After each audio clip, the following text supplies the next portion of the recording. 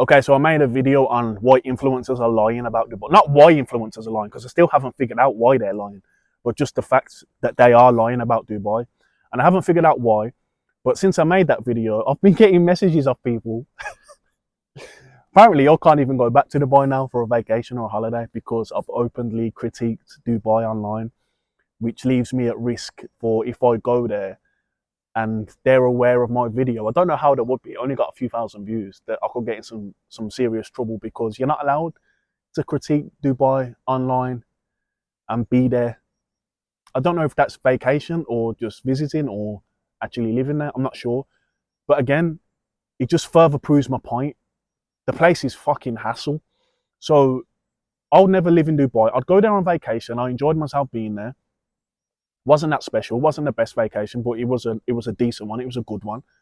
But as far as living, you know, it's a trendy thing online to say Dubai is soulless. It is. And I'd pick living in England over Dubai 10 times out of 10. And I know England, people shit on England, it's got a bunch of problems, political stuff, you know, all this stuff, whatever your algorithm is telling you about England, it's probably happening. But I'd much rather live in the British countryside than fucking Dubai. I'd much rather wake up in the morning and look out my window and see beautiful wildlife and scenery and hills and fields and, you know, yes, the weather's shit, it gets a bit miserable, but there is soul here and it is a home. It's not a permanent vacation. Once you're living on a permanent vacation, it wears off like anything.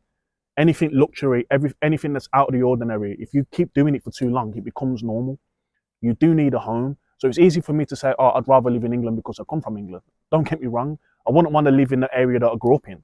I refuse to live in those type of areas. I refuse to live in inner cities of England.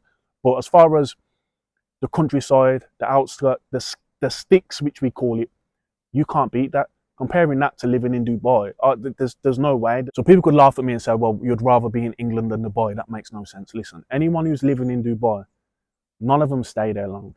They stay there as long as they have to, because once you do get a residency, you've got to stay there for a certain amount of time. Every chance they get to come back, they come back, because Dubai is not home. England isn't home to me because I'm born here. I could turn Spain into home. I could turn Italy into home. Because these places have got soul and it's homely. You can build a life there. Dubai, you can build a life in Dubai. It's artificial. It's fake. The people are acting.